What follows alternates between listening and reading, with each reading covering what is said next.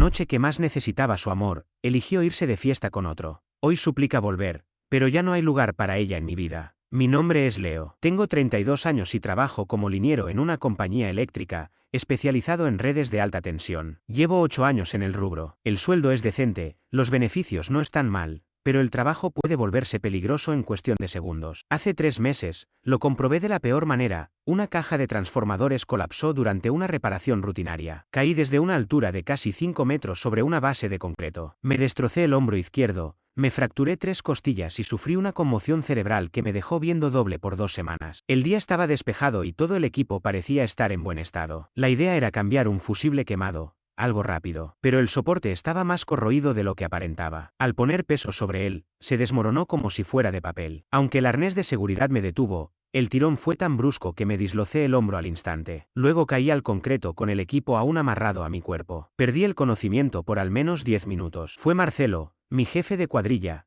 quien me encontró inconsciente. Me contaron que balbuceaba cosas sin sentido, insistiendo en si ya habían instalado el fusible. Marcelo dijo que parecía que me había atropellado un camión, sangre en los oídos, el brazo colgando en un ángulo antinatural. El papeleo para la compensación laboral fue una pesadilla. 3 doctores, 2 ajustadores de seguros y un inspector de seguridad que no paraba de hacer preguntas sobre los protocolos. Marcelo me cubrió las espaldas todo el tiempo. La empresa ha estado recortando en inspecciones. Esto no fue tu culpa, me dijo. El cirujano que me atendió fue claro. Necesitaba una operación reconstructiva y meses de fisioterapia. Me colocaron tornillos y placas. Al despertar, sentía que mi cuerpo había sido desarmado y vuelto a montar sin instrucciones. En ese momento, llevaba 4 años con Claudia, mi exprometida. Tenía 29, trabajaba a medio tiempo haciendo redes sociales para un estudio de yoga. Ganaba poco, con suerte $25,000 al año. Cuando decidimos mudarnos juntos, yo asumí los gastos principales, alquiler, servicios, su coche, una Jeep Cherokee que CEO firmé, seguros, teléfonos. Ella compraba algo de comida y cubría sus cosas básicas, pero en esencia, yo financiaba nuestro estilo de vida. Ganaba unos $85,000 al año con las horas extra. Creía que estaba haciendo lo correcto, preparándonos para una vida juntos, como me enseñó mi padre. Pero siempre hubo una señal de alerta que decidí ignorar: Bruno, su mejor amigo. Tenía 30 años. Trabajaba en un taller de bicicletas de esos pretenciosos que cobran $200 por un ajuste y se creen salvadores del planeta. Según Claudia, su amistad con Bruno era sagrada e inquebrantable. Este tipo venía a la casa como si fuera suya. Llegaba de trabajar y lo encontraba en el sofá, con mis bebidas, usando mi PlayStation. Cuando le hablaba de poner límites, Claudia me acusaba de controlador. Mi amigo Santiago lo notó desde el primer día. Ese tipo está marcando territorio, me dijo. En cualquier momento orina el sofá para reclamarlo como suyo. Y no exageraba. En nuestras citas, Bruno aparecía o llamaba con alguna excusa. Estaba siempre presente, enviando mensajes o apareciendo sin avisar. Yo me sentía como un intruso en mi propio hogar. Claudia siempre me daba el mismo discurso: estás siendo inseguro. Pero lo que me molestaba de verdad era su actitud de dueño. Vaciaba mi refrigerador, desgastaba mis controles de videojuegos, y hasta arruinaba mis recomendaciones en Netflix con sus documentales raros. Lo peor era que cada vez que teníamos un desacuerdo, ella llamaba a Bruno. Necesito saber qué piensa Bruno, decía en medio de cualquier conversación. Cuando fuimos a elegir el anillo de compromiso, él fue con nosotros. Cuando miramos salones de boda, él opinaba sobre lo que sería ideal para Claudia. Yo ponía el dinero y él organizaba. Mis compañeros del trabajo también lo notaban. ¿Por qué dejas que ese tipo tenga tanto acceso a tu pareja?, me preguntaban. Yo insistía en que era una señal de madurez de mi parte. Julian no lo veía así. Hermano, estás siendo demasiado permisivo con esto, me dijo. Santiago fue más directo: estás pagando para que ella viva su fantasía con otro.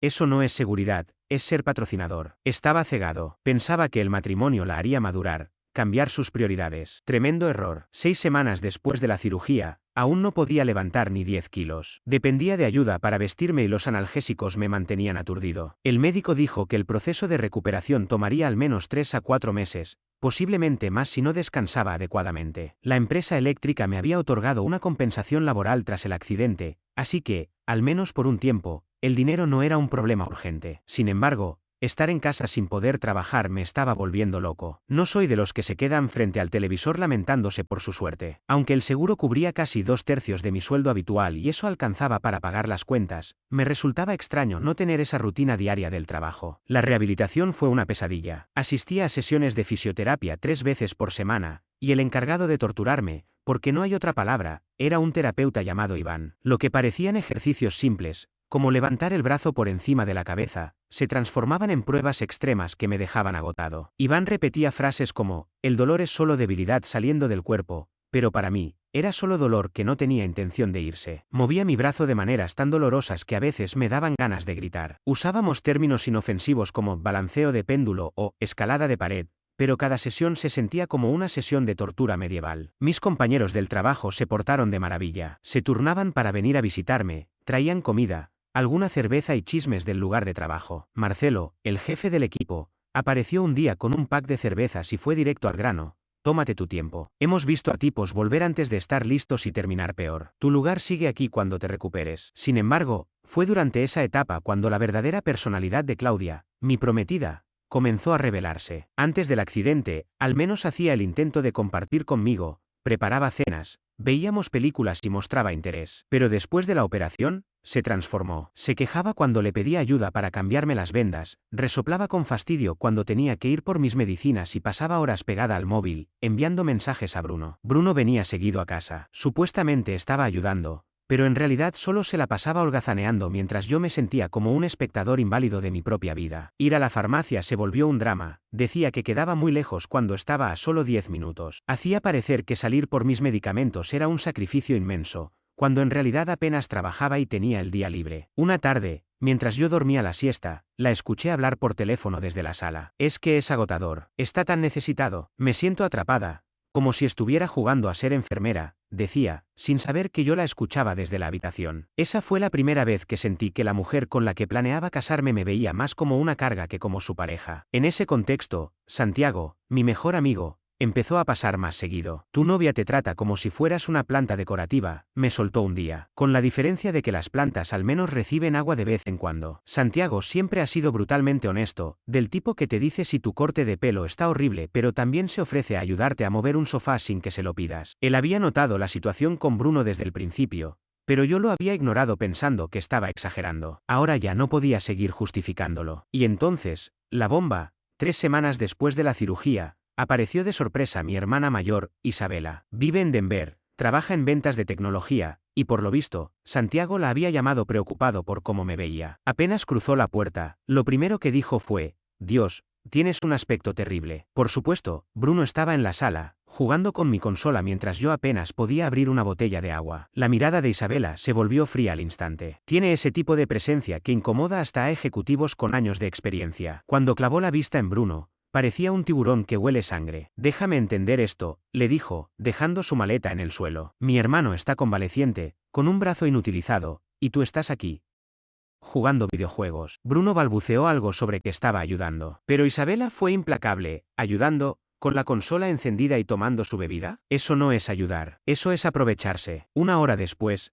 Claudia entró en casa y se sorprendió al verla. Ah, no sabía que venías. Curioso, ¿verdad?, respondió Isabela mientras cocinaba en la cocina. Tu prometido sufre un accidente grave y tú estás demasiado ocupada con el chico de la tienda de bicis como para avisar a su familia. Durante esa semana, Isabela cocinó, me asistió con los ejercicios de terapia, le cerró la puerta en la cara a Bruno más de una vez y me hizo sentir por fin cuidado. Lo que pasó el viernes fue el golpe final. Todo empezó normal. Claudia estaba más colaboradora de lo habitual, me ayudó a ducharme, preparó café, incluso parecía de buen humor. Pensé que tal vez la presencia de mi hermana la había hecho recapacitar. Pero a eso de las 2 de la tarde, cuando le pedí que me alcanzara el frasco de analgésicos que estaba en la habitación, me contestó sin despegar la vista del móvil, ¿no puedes ir tú? Estoy intentando arreglarme. Desde el sofá, Isabela alzó la vista de su libro. ¿Arreglarte para qué? Son las 2 de la tarde. Para un concierto. Voy con Bruno, respondió Claudia, como si fuera lo más normal del mundo. A las 4 de la tarde, Bruno llegó. Yo estaba en el sofá, en pijama y con el brazo en cabestrillo, y lo vi prepararse para salir, en mi propio baño. A las 5 ya estaban listos, ella con vestido y maquillaje, él con camisa y zapatos relucientes. Entonces Claudia soltó la bomba, en realidad, pensábamos quedarnos en un hotel después del concierto. Va a ser tarde y es más cómodo que volver. El silencio fue absoluto. Isabela giró lentamente la cabeza, primero hacia mí, luego a Claudia, y de nuevo a mí. Acaba de decirte que va a pasar la noche en un hotel con otro hombre mientras tú estás convaleciente y apenas puedes moverte, preguntó con tono de acero. Isabela, no te metas, respondió Claudia. Que no me meta, dejar a tu prometido recién operado para irte a dormir con tu amante y pretender que su hermana no diga nada. Eso es nuevo. Yo seguía esperando que Claudia se diera cuenta de lo que estaba haciendo, que mostrara un mínimo de empatía. Pero en lugar de eso, se limitó a decir, mira, sé que aún estás recuperándote, pero no puedo fallarle a Bruno. Llevamos planeando esto desde hace meses y ya reservó la habitación. Solo será una noche. Está bien, diviértete, le dije con frialdad. Me alegra que no vayas a ponerte dramático, respondió Claudia mientras tomaba su bolso de mano. Salieron juntos, riendo por algo, justo antes de que la puerta se cerrara tras ellos. Isabela se quedó mirando fijamente esa puerta durante varios segundos. Luego se giró hacia mí con expresión seria. Eso que acabamos de ver ha sido lo más irrespetuoso que he presenciado. Por favor, dime que no vas a quedarte ahí sentado. No te preocupes, Isabela, la interrumpí. Me estoy encargando. Tenía entre mis manos el anillo de compromiso que Claudia había dejado sobre la mesa porque, según ella, no combinaba con su atuendo. Al mirarlo, sonreí. Todo estaba a punto de cambiar, y por primera vez en meses, me sentía listo para ello. 30 minutos después llegó Santiago, y al ver la expresión de Isabela, supo de inmediato que algo grande se venía. Tu hermana tiene cara de querer asesinar a alguien, me dijo. Supongo que la princesa al fin mostró su verdadera cara. Está pasando la noche en un hotel con Bruno, mientras Leo apenas puede levantar el brazo, respondió Isabela, sin rodeos. Así que sí. Estoy al borde de cometer un crimen. Santiago sonrió como si fuera Navidad. Por fin, llevo meses esperando esta conversación. Santiago, me agradas, dijo Isabela. El sentimiento es mutuo ahora. ¿Qué tan rápido podemos destruir a esta infiel? Nunca quise más a mi hermana que en ese instante. Empezamos con la documentación. Santiago tomó fotos de todo el departamento mientras Isabela elaboraba listas y reunía recibos. Siempre he sido meticuloso con los registros, así que teníamos fechas de compra y montos de prácticamente todos los objetos importantes de la casa. Madre mía, dijo Santiago hojeando los papeles. Literalmente tú compraste todo. ¿Y qué aportó ella? Su encantadora personalidad, quejas constantes y un riesgo de enfermedades venéreas, añadió Isabela, provocando que Santiago soltara una carcajada. Isabela se mostraba implacable, con una eficacia que incluso Santiago admiraba.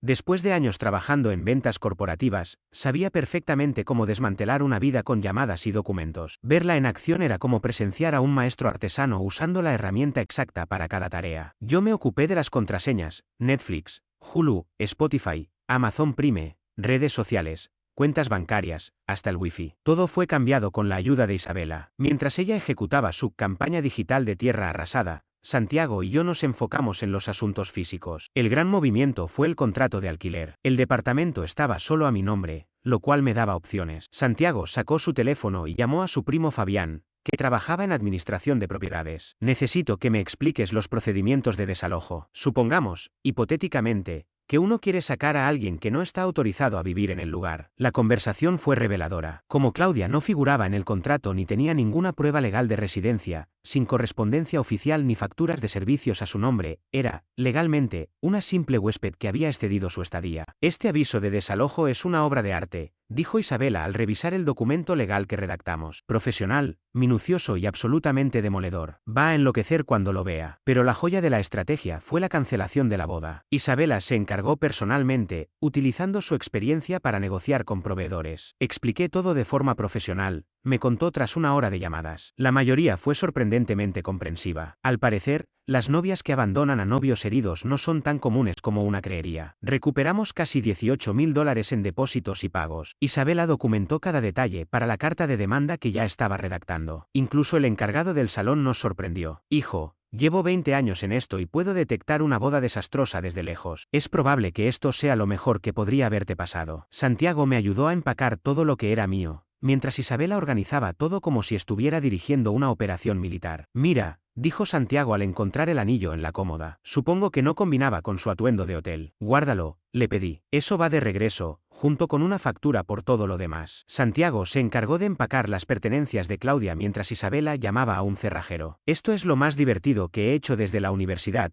dijo ella mientras probábamos las nuevas cerraduras. Pero aún guardaba una última sorpresa que me dejó sin palabras. Me tomé la libertad de investigar el empleo de Bruno en el taller de bicicletas. Nos mostró la pantalla de su portátil. Gana unos $28.000 al año y tiene 2 hijos con 2 mujeres diferentes. No paga pensión alimenticia. ¿Cómo averiguaste eso?, preguntó Santiago. LinkedIn, Facebook, algo de búsqueda creativa en Google y registros del juzgado. El alma gemela de tu novia es un padre irresponsable sin estabilidad laboral. Esto se va a poner interesante. Lo mejor fue encontrar 2 demandas activas en la corte familiar por pensión alimenticia, ambas con Bruno como deudor. Una de las madres incluso había hecho publicaciones públicas sobre él en redes sociales. Nos dirigimos a casa de mis padres, donde Isabela ya había arreglado todo para que me quedara mientras se resolvía la situación. ¿Sabes qué es lo mejor?, dijo mientras descargábamos mis cosas. Ella cree que ganó. Se fue con Bruno convencida de que podía hacer lo que quisiera. Y ahora tendrá que descubrir lo que significa vivir sin que alguien más le pague la vida. Santiago alzó su copa. Por Isabela, la hermana que nunca tuve, pero siempre quise. Y por Leo,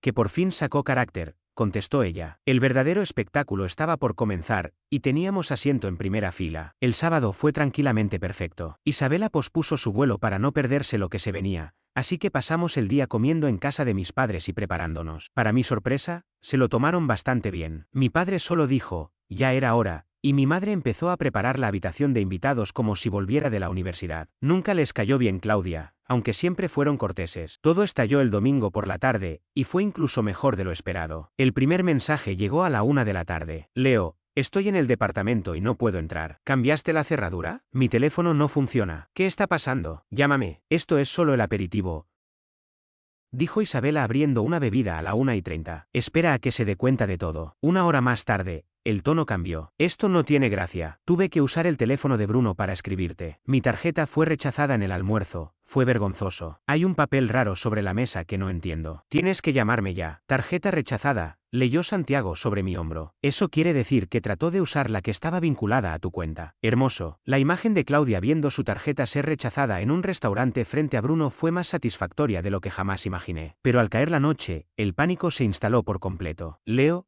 por favor, entiendo que estés molesto. Tal vez debí volver a casa. Pero esto es una locura. No puedes simplemente echarme del departamento y cancelar todo. No tengo a dónde ir y mis cosas están todas adentro. Bruno insistía en que lo que yo había hecho era ilegal. Decía que no podía simplemente echarlos y que necesitábamos hablar. Lo decía con la voz tensa, mientras Isabela tomaba apuntes en una libreta, como si estuviera evaluando una obra de teatro. ¿Ilegal?, repetí con sarcasmo. Lo dice alguien que ni siquiera está al día con la manutención de sus hijos. ¿Desde cuándo ver episodios de un programa de televisión lo convierte en experto legal? Santiago no paraba de enviarme actualizaciones gracias a su red de conocidos. Me contó que el glorioso regreso de Claudia y Bruno a nuestro antiguo departamento fue un desastre monumental. Habían llegado un domingo por la tarde, esperando continuar su fin de semana romántico, pero se encontraron con la sorpresa. Estaban bloqueados, sin acceso al lugar, y con un aviso de desalojo pegado en la puerta. El móvil de Claudia estaba muerto. Su tarjeta de crédito fue rechazada, y ahí fue cuando le cayó la ficha de lo mucho que dependía de mí económicamente. Según lo que Santiago pudo averiguar, discutieron en medio del pasillo del edificio. Ella le echó la culpa a él por haberla convencido de quedarse en el hotel. Él la responsabilizó por haber arruinado todo y haberme hecho sospechar. ¿Y luego qué pasó?, preguntó Isabela, fascinada con el drama. Bruno la dejó ahí, respondió Santiago entre risas. Agarró sus cosas y se largó. Le dijo que arreglara sus problemas sola,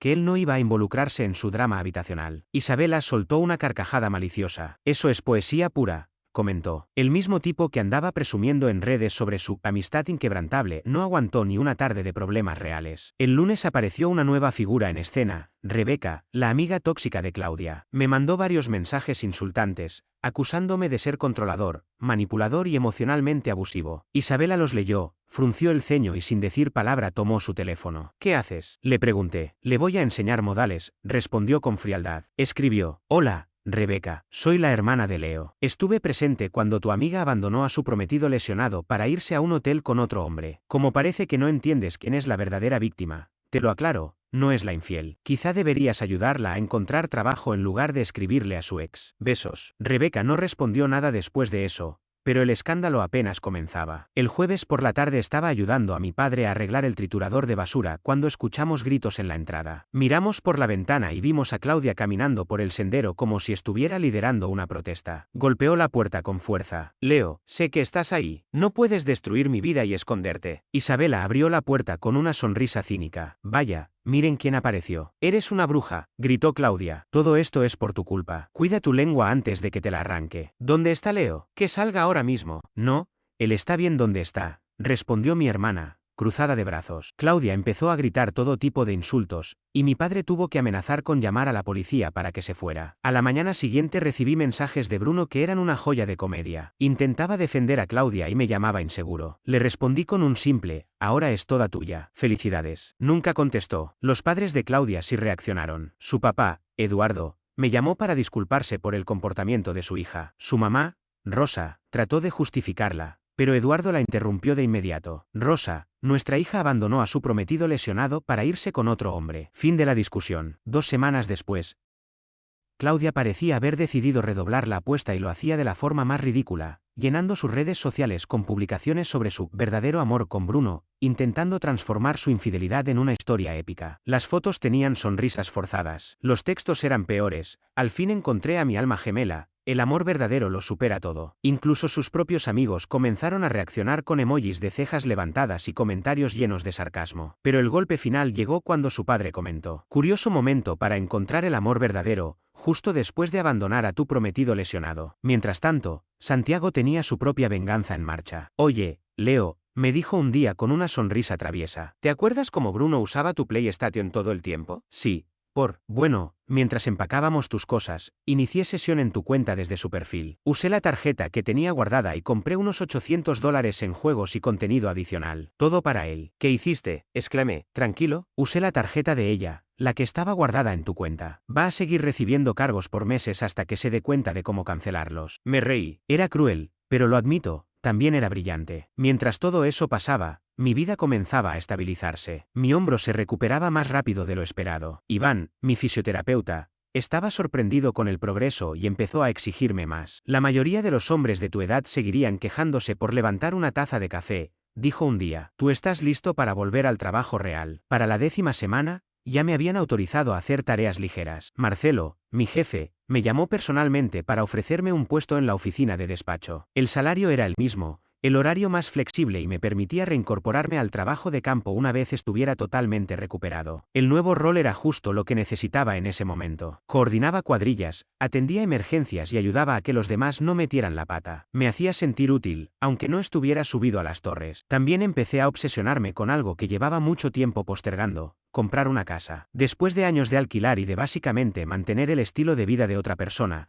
la idea de invertir en algo propio me resultaba adictiva. Mi historial crediticio era sólido. Tenía buenos ahorros y el mercado inmobiliario empezaba a mostrar propiedades accesibles. Encontré una casa tipo rancho de 12,200 pies cuadrados, construida en los 80 pero muy bien cuidada. 2 habitaciones, garaje, un pequeño patio y lo mejor de todo, era mía. Cada pago iba a un lugar que realmente me pertenecía. Santiago me ayudó con la mudanza y de inmediato se autoproclamó dueño de la 2ª habitación para cuando su novia lo echara de casa. Esta casa tiene buena energía, dijo, probando mi nuevo sillón reclinable. Sin malas vibras, sin tipos del taller en bicicleta. Solo un hombre en su propio reino. El garaje incluso tenía un pequeño taller, y por primera vez en mucho tiempo, sentí que todo encajaba. En cuanto empecé a sentirme mejor, me refugié en los motores. Comencé a reparar pequeños equipos en mis ratos libres, cortadoras de césped, generadores, cualquier cosa con piezas mecánicas que pudiera devolver a la vida. Era increíblemente terapéutico. Además, empecé a ganar un dinero extra decente revendiendo esos equipos reacondicionados en internet. Y sin buscarlo, mi situación sentimental también empezó a mejorar. No estaba en plan de conocer a nadie,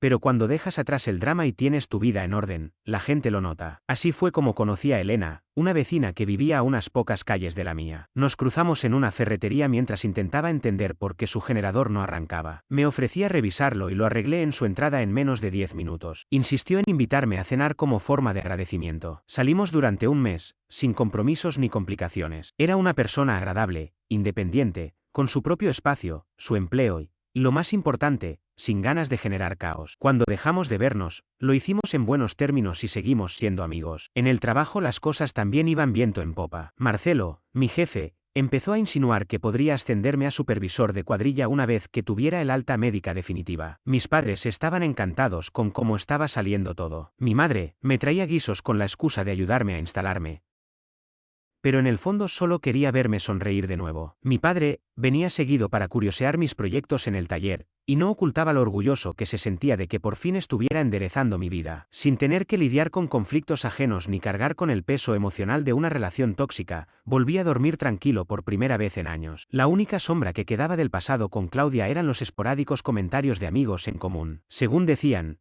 ella y Bruno no solo atravesaban dificultades económicas, sino que discutían todo el tiempo. Su presencia en redes sociales había pasado de ser constante y llamativa a desaparecer por completo. En una de nuestras llamadas de los domingos, Isabela me comentó: Claudia le preguntó a Rebeca por ti la semana pasada. Quería saber si estabas saliendo con alguien. ¿Y qué le respondió Rebeca? Pregunté. Que no era asunto suyo, y que mejor se enfocara en arreglar su desastre antes de andar pendiente de ti. Para el tercer mes, mi vida había encontrado una rutina que ni siquiera sabía que extrañaba. Trabajo, arreglos en casa, asados los fines de semana con amigos de verdad y tolerancia cero al drama. Todo fluía de maravilla, hasta que la vida me recordó que no todos los capítulos cierran tan fácil. Un martes por la tarde, cuando Santiago estaba en casa ayudándome a instalar un nuevo motor para la puerta del garaje, escuchamos unos golpes suaves en la puerta. Nada que ver con la actitud segura de la mujer que solía ser. Al abrir, me encontré con Claudia. Estaba irreconocible, el cabello desarreglado, la ropa arrugada, y una expresión derrotada que antes me habría dado lástima, si no supiera todo lo que sabía. Leo, dijo con voz apagada, necesito hablar contigo, por favor. Santiago, al ver la escena, bromeó. Estaré en el garaje, fingiendo que no escucho este desastre. No pude evitar sonreír. Lo que vino después me sorprendió, aunque al mismo tiempo me resultó predecible. Estoy embarazada, soltó sin preámbulos. Me quedé mirándola en silencio. Felicidades, respondí,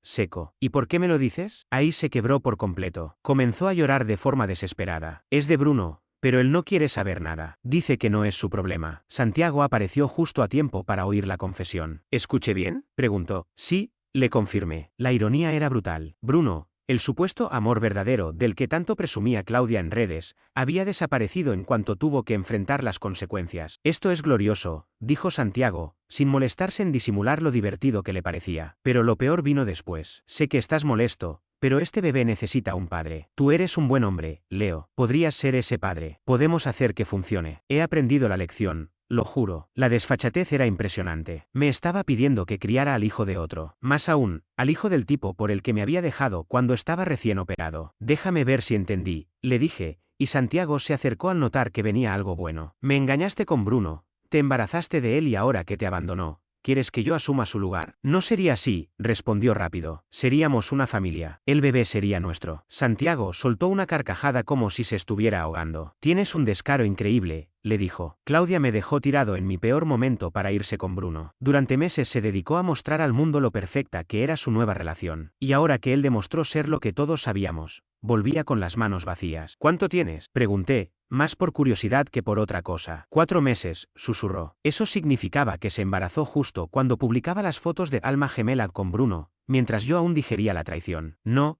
fue todo lo que dije. Por favor, Leo, no tengo a dónde ir. Rebeca me echó porque no puedo pagar el alquiler. Duermo en mi coche. No tengo nada ni cómo cuidar a un bebé. Tú tomaste esa decisión, respondí con frialdad. Te acostaste con él. Ahora enfréntalo. Ese bebé no es mi responsabilidad. Llama a Bruno. Santiago dio un paso al frente. Es momento de que te vayas, le dijo. Ella nos miró, entendió que suplicar no le serviría de nada y, por una vez, se retiró sin armar una escena. Más tarde, Santiago y yo estábamos en el porche con un par de cervezas. Eso no fue karma, dijo. Eso fue selección natural en su máxima expresión. Esa noche llamé a Isabela para contarle todo. Su reacción fue inmediata. ¿Qué? ¿El mismo Bruno que era su gran amor se desapareció cuando se enteró del embarazo? Exactamente, le confirmé. Guardó silencio unos segundos y luego rompió en carcajadas. Leo, esto es de lo más hermoso que he oído. Eligió todo, y terminó sin nada. Justicia poética pura, y lo era. Claudia apostó por Bruno creyendo que era una mejor opción. La realidad le demostró lo contrario. Cambió una relación estable por una aventura con alguien incapaz de asumir responsabilidades. Desde entonces, no volví a tener noticias directas de Claudia, aunque me llegaron algunos rumores. Al parecer, había vuelto a casa de sus padres, trabajaba jornadas dobles en 2 lugares distintos, y apenas le alcanzaba para mantenerse a flote. Bruno, por su parte, se fue a vivir a otra ciudad y desapareció por completo de sus vidas, como si nunca hubiera existido. Todo rastro de aquella historia de amor perfecta que tanto habían promovido en redes, simplemente se desvaneció. Yo, en cambio, seguí adelante. Terminé de acomodar la casa a mi gusto, avancé con varios proyectos personales que antes no podía ni empezar por falta de tranquilidad,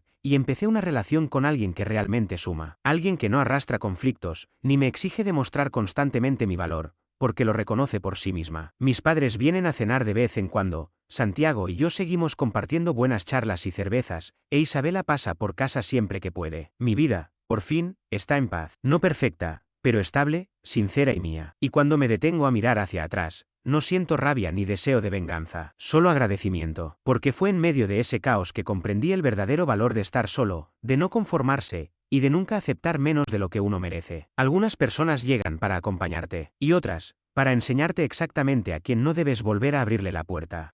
Y para quienes se preguntan por aquella pequeña revancha digital de Santiago, digamos que tuvo su momento de gloria, cuando Claudia descubrió que había cargos en su tarjeta y que durante meses alguien había estado haciendo compras. Fue demasiado tarde. La pelea con Bruno por eso fue tan fuerte que muchos creen que fue el verdadero motivo de su ruptura. Santiago lo recuerda como su acto de arte supremo. Y, conociéndolo, no me sorprende.